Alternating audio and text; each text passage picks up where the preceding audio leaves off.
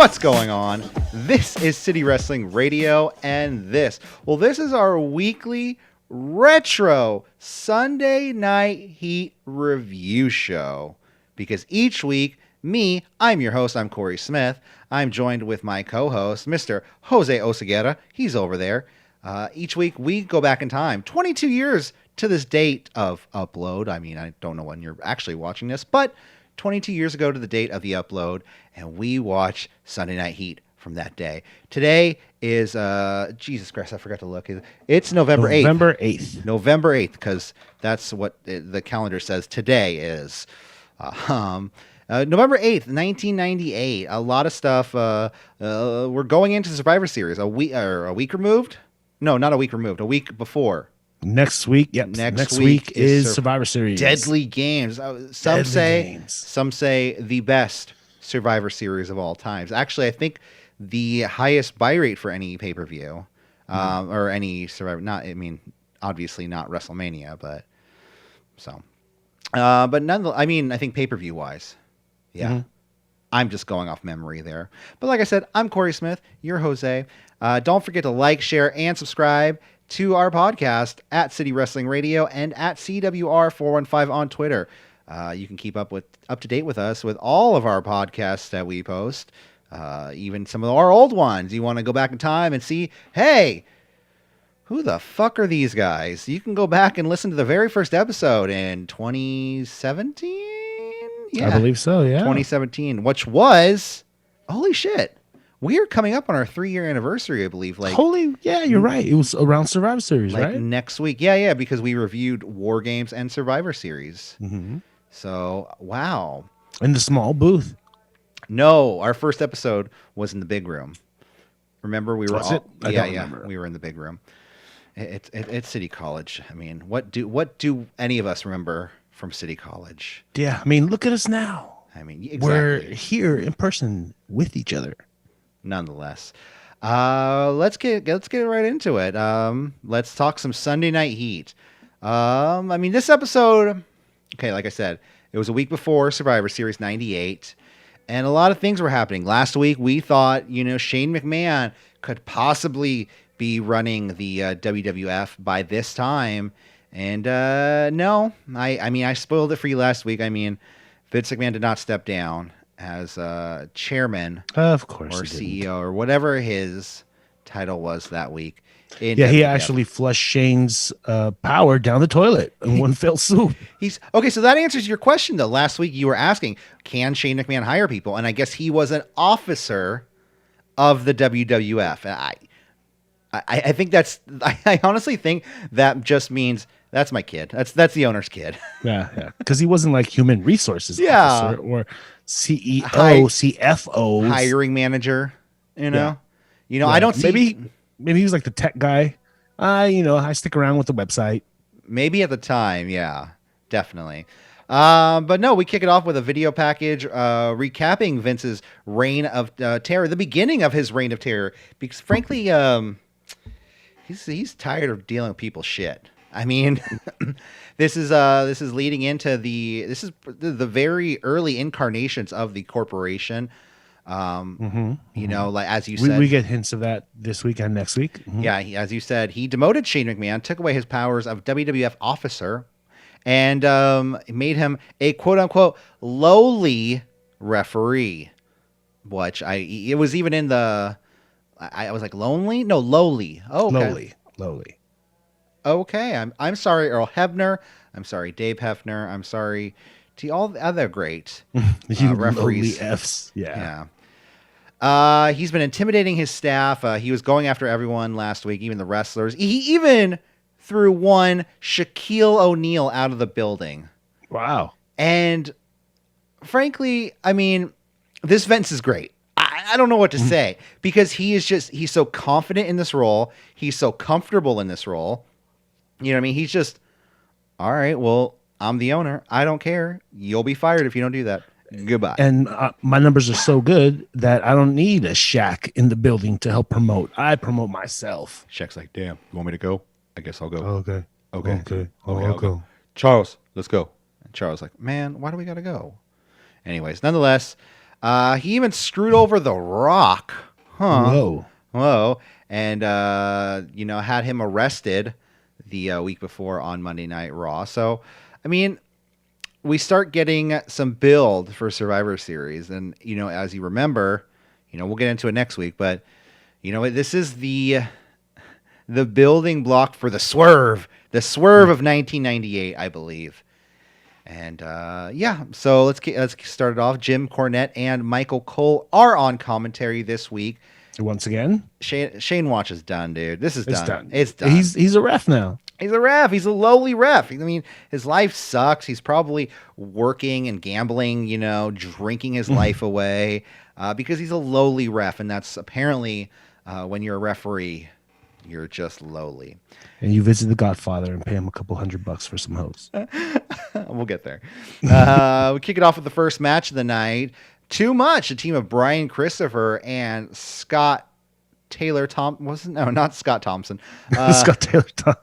What are the different home improvement? Yeah, I'm thinking Jonathan Taylor Tom.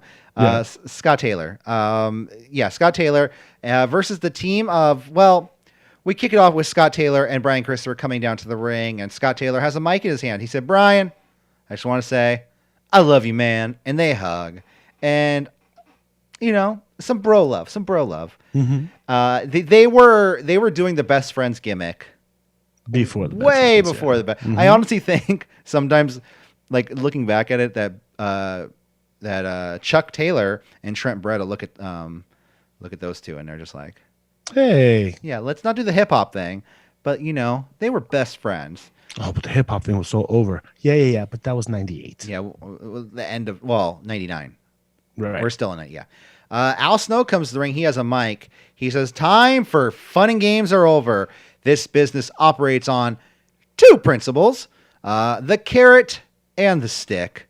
There are those of us tired of getting the stick. That's why a secret organization in the WWF is fighting the evil organization push of." And he just kind of goes on. He's kind of introducing he's like, he was crazy. He had head before, and now he's like this conspiracy theorist. Mm-hmm. Which, I mean, he's right. Like in a sense, like WWE is the place where everybody has their role. And you might not, even if you're like the best wrestler on the planet, you might not get that push as world champion, Or if your mannequin head was over as hell, you wouldn't get that push. Yes. And he's also he's starting his feud with Mankind. And kind of seeming a little heelish at the same time. You know what I mean? Yeah, totally. So I believe he's going full crazy, and that's the route they're trying to go with.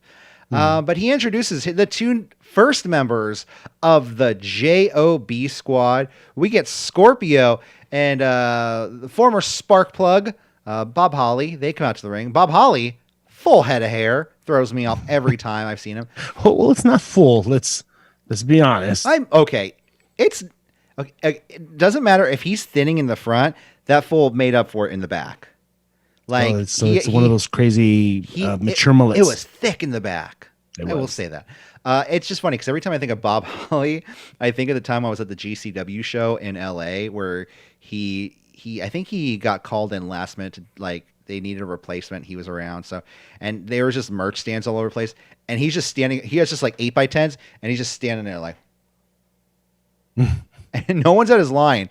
And I felt bad for him. And I think me and Cindy started talking to him for a second. He was a really cool dude. But it's just really funny how everybody was scared of him because it's Bob Holly. Yeah, and the character he portrayed in Tough Enough, it came out as really brash and a dick, Yeah. And, how he did Johnny Mundo horribly. Yeah. Holly and Scott Taylor start the match. So I don't know what this deal is with the match because I don't know what this match was for. You know what I mean? There was no real reason to do this. It made match. Job Squad official. It pushed the story of how Socko was on Head's head as a headband. Yeah, because Mankind, his Socko went missing last week, but apparently Al Snow had it the entire time. Yeah, so it's just introducing storylines, planting seeds. I mean, I get it if I'm connecting the dots here. J.o.B squad led by Al Snow. He thinks people are getting pushed unfairly, and some would say Mankind and Mr. McMahon at this point. Mankind likes Mr. McMahon.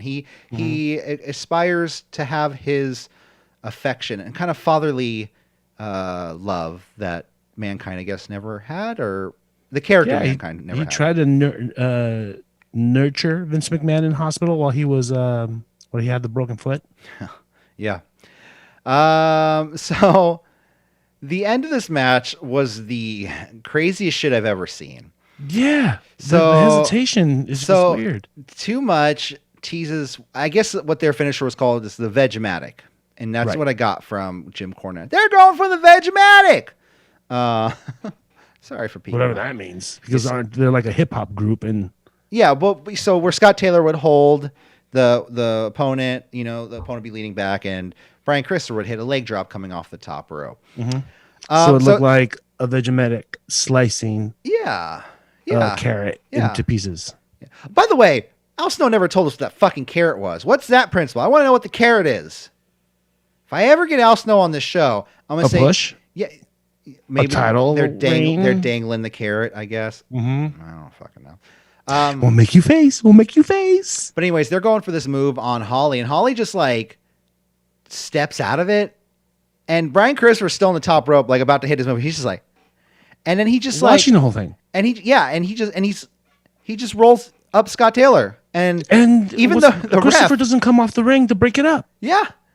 And even Scorpio runs in the ring, and then he just kind of stops, and he's like, and the ref goes, 1, 2, and he looks up, and he's like, "What are you doing here, Scorpio?" 3. Well, he looked at Christopher too, like, you're not gonna break up this. Okay, 3. And I just, what happened? Was this a legit, like, the way they booked this match? It's what happens, I hate talking ill about wrestlers. It's their profession, it's their craft, but this is what happens when you get Holly in the ring with you. Oh, you think so? Yeah, bad things happen when you get in the ring with a man. I mean, I have yet to see a match where it's like, wow, Bob, 5 stars. That was great effort. You know your shit. No, it's always something. Yeah, because honestly, I can see maybe someone going into business for themselves, and maybe that's why Bob Holly didn't really get a push. Mm-hmm. Because, things happen, and there's a bit of lag in the video right now. And there we go. And I was trying to catch up to it. Yeah. And Bob Holly, I could see him going into business for himself, but at the same time, that's kind of the only thing that makes sense unless Brian Christopher just forgot his spot. Like either Holly went into business for himself or Brian Christopher forgot to break up the count, and the ref was like, he was waiting for it. Dude, 2, 2.5, 2 3/4. Or the roll up was never supposed to happen. Okay, 3. Yeah. The ref was like, dude, there's a cold drink in the back. 3. And a chicken sandwich. Yeah. So then we go to Val Venis versus Kevin Kelly. Then we get a reveal, a recap of the reveal, of the pregnancy reveal from last week. Yes. Yeah, so Val Venis is in the back with Kevin Kelly, and he goes, Kevin, I'll tell you a couple. Well, Kevin Kelly goes, Val, people say you were kind of a dick to Terry last week. He didn't say that, but it's true. He kind of was. Yeah, 100%. And says, Val, he goes, Kevin, I'll tell you one thing. Let me make something clear. She's conniving, she's manipulative, and she's a liar. Yet I'm the face in this situation. He says, and Kevin Kelly goes, well, how can you be so sure? You guys have really been an item, meaning... There's even video proof. And Val says, well, in his line of work, he takes precautions. And a few years ago, he got a vasectomy. That's commitment to your sexuality right there. No, he was a porn star, remember? Yeah, that's commitment. I mean, if that's your line, if that's your money, I mean, shoot. I'm sure, didn't Ron Jeremy, did he get a vasectomy?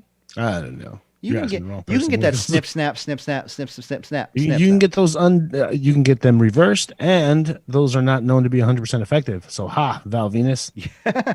Maybe then Val's like, oh shit. But I love when he says, I had a vasectomy. Kevin Kelly's like, okay, so Terry is a liar. I got you. Right on, Val. Thanks, buddy. Woo! Fist bump. Because that's what it totally felt like. Yeah. We should totally victim shame now. Yes. Jim cuts back to the ring, and Jim Cornette is just like, a vasectomy? Cake is in the oven, and we don't know who made the batter. I'm just like, ew. The visual of that is just gross. Thanks, Jim Cornette, for talking about batter in somebody's body. Then we're supposed to have Steven Regal versus X-Pac. This is Sunday night at 8:00, buddy. Come on. And yeah. So X-Pac comes out to the ring, and so Undertaker's music hits the ring, and out comes Taker and Paul Bear. Oh, wait. I have to stop you because they did the most amazing 2 seconds on the WWF The Music CD. That promo was great. Oh, like what's it like? They go, buy it at your local warehouse music store or whatever. Sam Goody. Circuit City, where Circuit state of the art. Mm-hmm. Circuit City, if you want to give us some money for a promotion, we would totally. And those things sold well too. Yeah. Well, do all those CDs? Yeah. You can't buy them like back in the day. Okay, nowadays, if I want to listen to wrestling themes, I go to. Sorry, I just saw something on my phone. Don't worry, it's not election stuff. Okay. You go now. I go to Spotify and I just search WWE, and I'm like, oh, here's a million songs, But now, like back in the day, it's like, you're like, what? I could listen to the theme songs at my house. What? So like, I could play the song and like pretend like I'm the wrestler, like coming to the ring.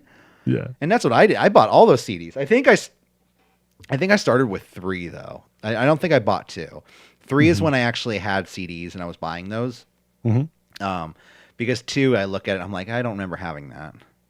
But 3, they had a whole anthology. That's probably when the Rock theme came out. Yeah. So Undertaker's music hit come down with Paul Bear, and X-Pac says, "Hey Taker, man, I got nothing but respect for you, but I got Regal tonight, so maybe you want to find some TV time somewhere else, Mr. Undertaker, sir, instead of taking mine." And he goes, "And you," referring to Paul Bear, he goes, "if you diss me again, I'll kick your fat ass." And that's when Taker strikes down X-Pac, choke slam to X-Pac, and Paul Bear, fucking great. He just looks down at X-Pac, goes, "Okay, well, I guess we'll deal with this later, little boy." And I thought that was a great line from Paul Bear. I was just like, whoa, mic drop. Yeah. Like, I just wanted to remember those videos? There was undercover gangster, and it would turn black and white and put glasses on him. Oh, yeah. I wanted that moment with Paul Bear, just like. But this segment had zero reason. Accomplishments. It did nothing. We don't know why the Undertaker came out. Well, they are referring to X-Pac being in the Deadly Games tournament. They were saying this chokeslam could possibly hurt him for next week, Sure, but we know that's... And leading into his match Monday night, Now he has a match. Okay. Go on. Well, what was the purpose of Undertaker coming in and disrupting X-Pac versus William Regal? He's Undertaker. I understand. I understand what you mean, but he's just Undertaker. He just goes, "Hit my music." And then he goes out to the ring, and they go, "All right, well, now we got to do all the fucking pyro." Yeah. But absolutely, there was absolutely zero reason for him coming out. I know he has a bye, which is really weird to me. I don't get why both Undertaker and Kane have buys in the tournament. Because Stone Cold pinned them both when one of the two should have been the winner. Okay. So because that whole thing got suspended, they get elevated for that. That makes sense. Thank you for solving that for me. Then we have the Stooges backstage waiting for Mr. McMahon. They're fucking scared of him now because Mr. McMahon had a Boss Man beat them down last week. He sucked the cops on him, yeah. And the Boss Man beat the shit out of him with his nightstick in a steel cage, which, yeah. Then we have Marc Mero with Jacqueline versus Godfather and his friends. Mm-hmm. Shane makes his kayfabe debut as referee in this match. And I love, like you said, Godfather beginning this match. Usually he does he tries to offer one of his friends to his opponent in exchange for not having the match. But I love he looks at Shane. He goes, Shane, you're eventually going to run this company one day. I'll talk to you later. And Shane says, yeah, sure. well, I am a lowly referee. I got to finish my half-drinking bottle of whiskey. And then I don't have any hair gel, so I'll use my whiskey as gel because it will harden up my hair. And I have to ask the 3 other referees sharing my broom closet to step out for 30 minutes. Yeah, hopefully Austin doesn't get put as a referee tonight. Oh, boy. No. Godfather says, normally I offer one of my hoes, and he looks at Marc Mero. He goes, but knowing your luck with women, I'll keep my ladies and I'll just kick your ass. To be honest, Marc Mero is 50-50 right now. You're right. He is with Jacqueline. Mm-hmm. And but he did strike out with Sable. Yeah, but it's a lateral move. Yeah. So the whole reason of this match is the whole storyline of this wrestling match. You might think is the wrestling. No. Far from it. No. You want to focus on that lowly, low-life referee, Shane McMahon, officiating this match, just like his father. His father is with the Stooges backstage. They're setting up Shane McMahon. Like I said, he's a referee now. And now we're going into a tournament to crown a new champion. If he messes this up, you know where he's going. Oh, my God. And then Briscoe was like, you mean crew? Okay. Fucking first off, Gerald Briscoe was way too excited for that. Like, McMahon goes, oh, if he messes this up, you know where he's going to go. And he goes, oh, no, where he's going to go. Ring crew. Vince's like, yes, ring crew. And he goes, yeah. yes. I'm like, why are you so excited for Shane McMahon to be in the ring crew, dude? Yeah, he was coming off kind of creepy, right? Like how low? Like, are those people like convicted felons? Like they will just like murder you and just ditch your body somewhere? Yeah. Because I stayed at a hotel with those guys one time, and I don't know, man. Should I feel safe? But yeah, no. They gonna steal my liver or my kidneys, right? Yeah, and then hold Shane hostage, and then Vince has to pay. So Mero and Godfather go back and forth. It cuts backstage again, and he goes, look at Shane. He's not even keeping Jacqueline out of the ring. He goes, he's not even doing a good job going against anyone. He goes, one time I went against the U.S. government, and they wanted to put me in stripes. And Briscoe's like, but you aren't in stripes, Mr. McMahon. Vince goes, no, and I kicked their ass. Like Vince had the weirdest look on, like he looked like he was having like an anger orgasm. Yeah, you know what I mean? Like he's like, I kicked the government's ass. And Briscoe was acting like he was carrying a massive heart on the whole. Briscoe's like, yeah, okay. Back to the wrestling in this match. Slingshot crossbody to Godfather. Jacqueline chokes Godfather on the ropes. Fucking pimp drop to Mero, and the pin and the win. I will say this, though. The actual wrestling that took place in this was decent. This is probably one of the longest matches in Sunday Night Heat history, at least with the last, 5 weeks? Especially compared to last. It just felt like it. Well, compared to last week, that's all. Yeah, last week it was 2-minute matches. Yeah. 2 minutes was a lot. Yeah, this week was a lot better. I think with the pacing was a lot better. Yeah. I don't like them cutting out of a match to like straight up have somebody talking on screen though. Like 4 times.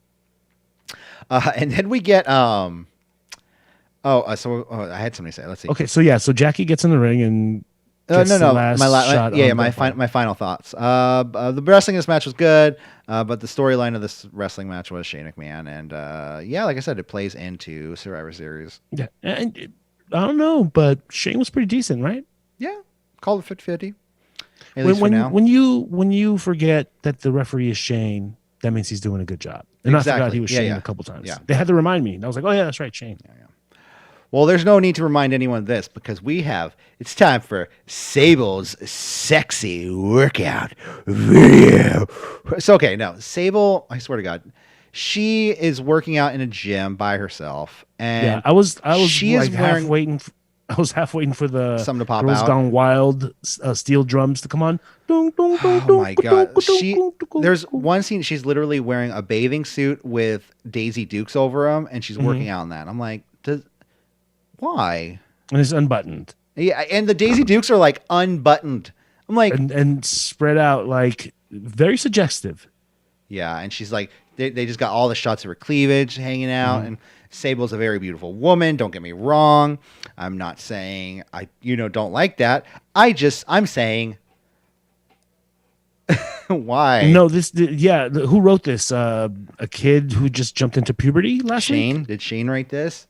Like, it's just Shane's probably sure for this. I mean, I know exactly what it was. It was the 90s. It was Vince Russo. It was the 90s and sex sells. You know what I mean? Yeah, yeah. Totally. This is basically, just think of like Sports Illustrated swimsuit, photo shoot, the video swimsuit edition. Yeah, but it was basically this was the same shit. You know what I mean? Yeah, but it also came off like I think Sable did one of these same exact type of vignettes for Playboy. Really? Yeah. That's what they used to look like back in the day. Yeah.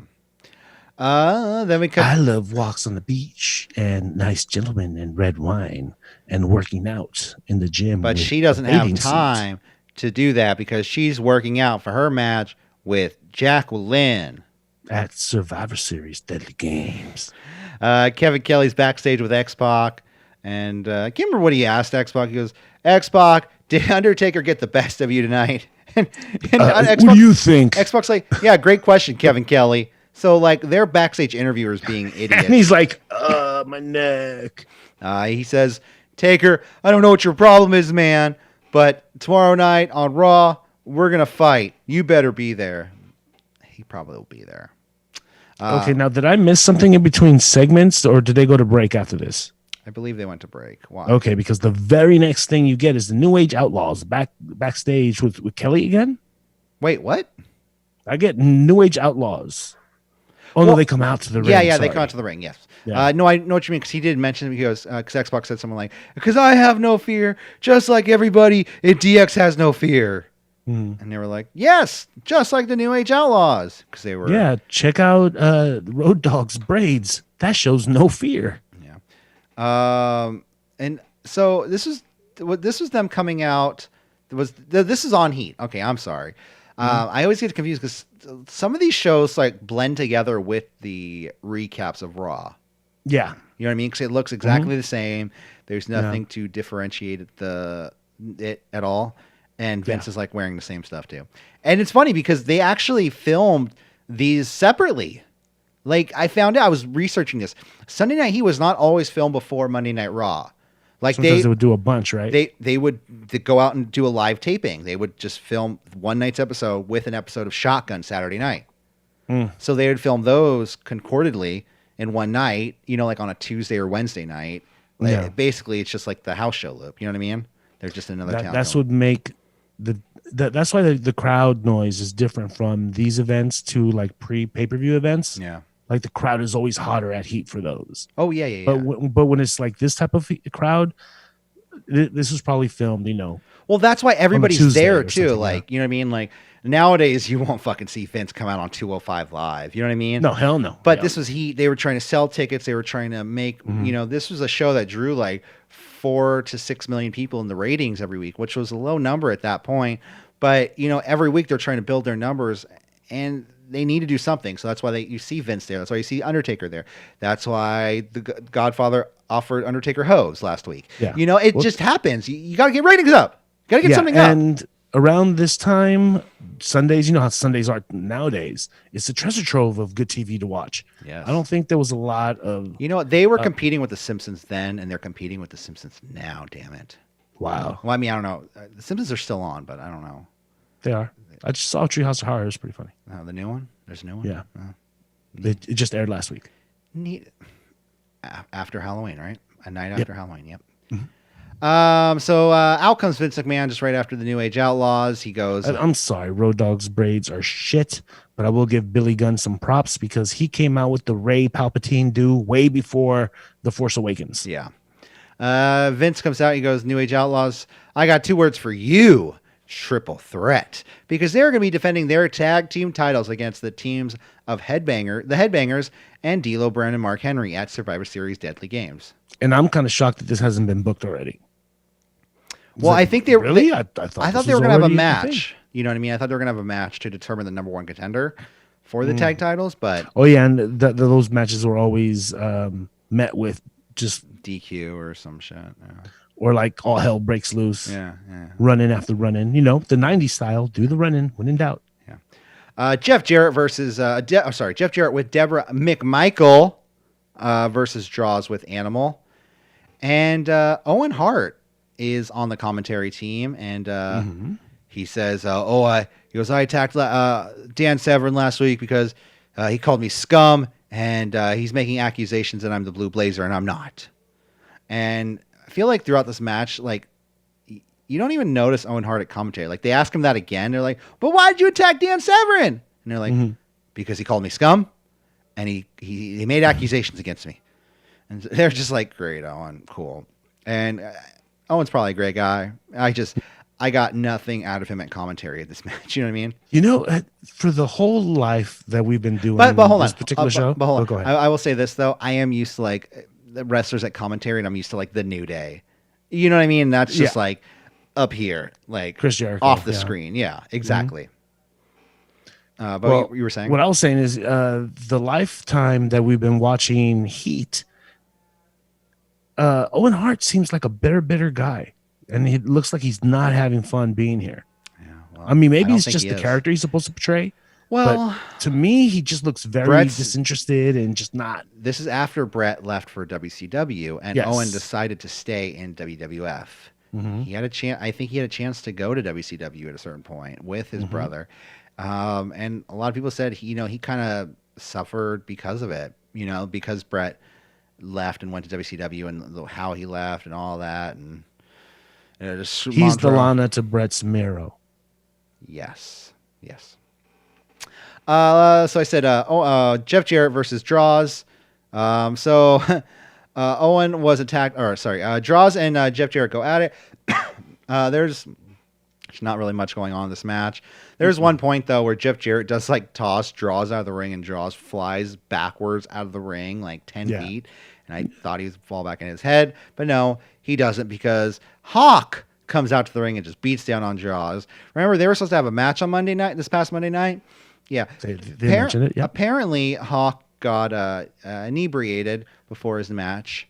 Damn, I hate when they do that. And, yeah. And this happened 2 weeks ago at WCW. Yes, with Scott Hall.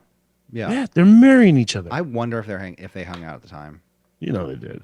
This is a nothing match. After the match continues, Hawk continues to beat down on Droz. Jeff Jarrett and Deborah are just like, okay, we're done, right? Okay, bye. And then Animal joins in and to help his partner Droz, because he's had enough of Hawk, and they hit the Doomsday device on Hawk, and it was sad and it was depressing. And it was a lame Doomsday device too. Yeah. I mean, what can you say? Yeah. And even, I don't know if this happened this week or next week, but the way Droz hits the Doomsday device, it's like he doesn't even touch the opponent. It's all Animal bringing the dude down. Watch it again if you don't. Well, yeah. I mean, I wonder. No, I was gonna. Hawk. I'm sure back in the was it AWA days. Yeah. They were like legit like. They'll make people do backwards. Like fucking what do you call it? It's like, I don't want to fall backwards. What are you talking about? Knock them off my shoulders. Yeah, it's fine. So then we cut to The Rock cutting an in-ring promo. This is pretty much our main event of the evening. There was like no wrestling on this show at all. 2 matches, right? 3 maybe? 2, I think, yeah. The Rock comes out. He says he's not asking. He's telling Vince to get out to the ring. Out comes Vince, and he goes, Rock, it's not business. Or he says, it's not personal. It's business. Personally, I have no problem with you. I have a problem with the people. And with the people. And if I have a problem with the people, I have a problem with the people's champion. Frankly, the Rock. The people's eyebrow. The people's elbow. The people's everything. Yeah. And he goes, frankly, Rock, he goes, I don't give a damn about you. You're just another piece of meat on the WWF roster. Vince gifts Rock a match against Mark Henry the following night on Monday Night Raw. If he wins, he's back in the Survivor Series tournament. If he... At whatever slot The Rock thinks is his. Yes. So couldn't he really be like, okay, I have a bye to the end. Fuck you. I have Undertaker spot. Yep. I called it. Dibs. But if he says if he doesn't win by pinfall or submission, his services will no longer be needed in the WWF. This is the before you're fired phase, right? Yes. Rock, I think, kind of, he's starting to understand. He doesn't look like he's understanding. He's pissed at Vince in this segment. He's pissed. He's like, how dare you tell me I'm going to get fired? But he has a chance back into the Survivor Series tournament.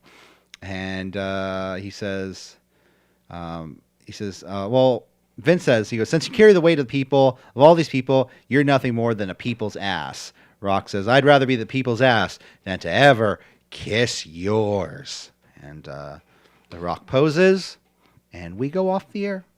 And we go to Pacific Blue, where I think, no, that was Silk Stockings. The boss lady got killed, but they're on the case. Good. So let's look at the story overall with The Rock and Vince McMahon, because I kind of want to break it down. Seeds have been planted. The swerve seeds, you know what I mean? Yes, the swerve seeds have been planted. Like he's getting into The Rock's head. Like you want Rock to, stand up against Vince and say, F you, Vince, you can't tell me what to do. I'm the people's champion. I'm The Rock. But, so The Rock has faced some, what do you call it? Some adversity? Opposition. Yeah, adversity with Vince McMahon being arrested the week before, which I don't... He's coming off of a loss with Mark Henry. He is coming off a loss with Mark Henry. I don't think at that moment that in kayfabe, storyline-wise, that The Rock is working with Vince. Not at this moment. No. I think he started working with Vince before this heat, after Monday Night Raw. I think Vince, and it's all me, just fantasy booking. Yeah. So it has this this town right here, and just talking about voting earlier and how it's like fantasy booking. Talking about voting. So I think the news after the election, everything has been fantasy booking. Yeah. The news from then to now. So I think Vince McMahon bailed The Rock out of jail, and I think he talked to The Rock because he calls him the people's ass, but there's no real like Rock, you suck, Rock, you're never going anywhere in this company. Yeah, if anything, it was more indifferent about The Rock. Like, you're just another body. He did say something like the people are going to drag you down, so he kind of give him a little nugget of advice. Exactly. And I think The Rock is going to understand, like I said before, and like I was mentioning a couple weeks ago, he did lose to Mark Henry in that match when D'Lo Brown got involved. The Rock's former teammates of the New Nation. And I think at that point he says, damn, it's hard to get by in the WWF without backup. Mm-hmm. And, Vince is Vince. Or the only way to make it is with backup. Exactly. That's the only way. And Vince, Shane McMahon's a referee now, and we all know that it's all gonna come together. You know what I mean? Mm-hmm. The Rock, Shane McMahon, you even got Mankind involved. You know what I mean? Because he's gonna be in the Deadly Games tournament. And every single time, I would say maybe 95% of the time that Shane goes rogue against Daddy, he always comes back, and it's always an undermined long game plan that they had all along for Shane to be against his dad. But at the end, it turns out, once a McMahon, always a McMahon. You know what I mean? Yeah. Oh, no, absolutely. We're going into Survivor Series next week, and, frankly, it's going to be a good show. We got the tournament, you know what I mean? And, hold on, I'm going to try to pull it up right here. Because it was a Deadly Games tournament, like I said. And, I don't know. What did you think of this show overall? This show today? Yes. It was okay. It wasn't as entertaining as last week. I just thought that the like the clusterfuck that was last week was entertaining and appealing, and today was a little bit more, very steady paced and thought out, because they got Monday night is the next go home show before Survivor Series, so they had to make sure that they had to fill the card out and plant a bunch of seeds for what's to come. Yeah. So maybe a little bit too telegraphed. So the first round matches, I'll just read off the first round matches, Okay. not who wins. Mhm. I'm looking at one of the results, though. It's funny. We have Al Snow facing Jeff Jarrett. Jarrett wins. Mankind. Well, I don't want I to. don't remember. Well, we'll get there. Okay. Neither confirmed Mankind. nor did I. Mankind faces a mystery opponent. I don't want to spoil that. Scorpio. It's a big name. Okay. Stone Cold Steve Austin faces the Boss Man, and Of course, he has to get 4 wins in order to get the title. 4 wins. Steven Regal versus X-Pac. Steven Regal wins. Yeah. Well, we'll talk about it next week. I don't want to spoil anything I don't want to give spoilers out. Okay, no, I'm just giving my predictions. Ken My Shamrock. predictions of the past. Okay. Ken Shamrock and Goldust. Shamrock. The Rock and a mystery opponent. The Rock, who's the mystery opponent? The I Rock would say versus maybe Mark Henry again. And technically, it's not a first round match; it's a quarterfinal. But Kane versus the Undertaker, because they both got a bye. Remember? They both got the bye. Yeah. So we'll see what happens with WWF presents Survivor Series Deadly Games, brought to you by some toy that I fucking forgot that there was. I think the last one was like HB Toys Karate Fighters. Yeah, I'm putting my money on X-Pac to sweep. Yeah, I think X-Pac's gonna. I love even on Heat tonight. They're like, X-Pac could be a double champion. He's the European right now. He could be the world champion on top of that. Sure, he can. He can, technically. It's not against the rules. There is a path to winning there. His path could be widening or narrowing, depending on what constituents he gets. No, I'm kidding. Yeah, he actually has 13 available paths, where Stone Cold has 107. Yeah, no. All right, well, I think that about does it here for us this week. Anything else you want to add before we get out of here? Can't wait for next week. It's going to be fun. Can't wait for Survivor Series. All right, guys, have a wonderful day. Great week ahead of you, and we'll see you guys next week. And goodbye.